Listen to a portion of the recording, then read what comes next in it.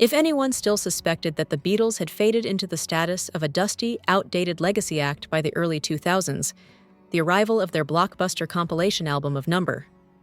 1 hits put those doubts to rest instantly.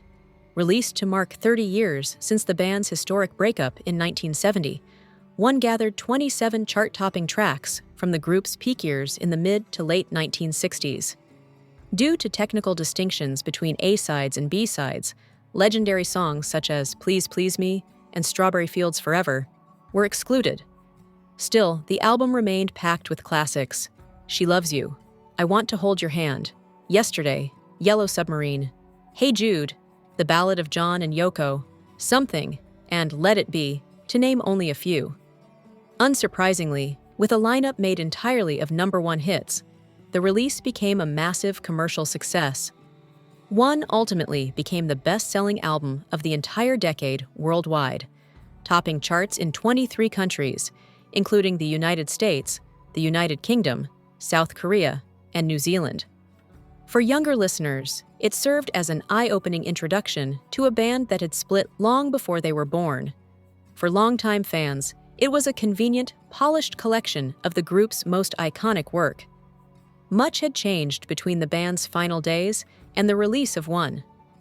John Lennon was no longer alive to witness the Beatles achieving yet another record, this time for having No. 1 albums across non-consecutive decades, after his murder in 1980.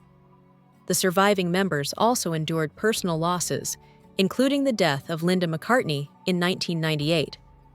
Meanwhile, the world had experienced wars, technological leaps, and cultural transformations so drastic that the Y2K era felt worlds away from the 1960s.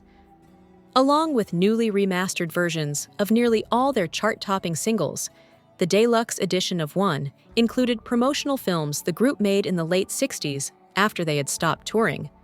Paul McCartney reflected on these videos by saying they were spectacular reminders of the era we lived in, while Ringo Starr noted how fascinating it was to revisit the clips, some impressive, some amusingly unusual, and all unmistakably Beatles. When placed alongside contemporary releases like Jay-Z's The Dynasty, Rock La Familia, R. Kelly's TP2.com, and Limp Bizkit's Chocolate Starfish and the Hot Dog-Flavored Water, One stood out dramatically from the rest of the musical landscape.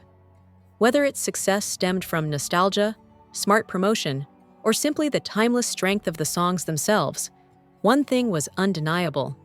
3 decades after their breakup, Beatlemania remained very much alive.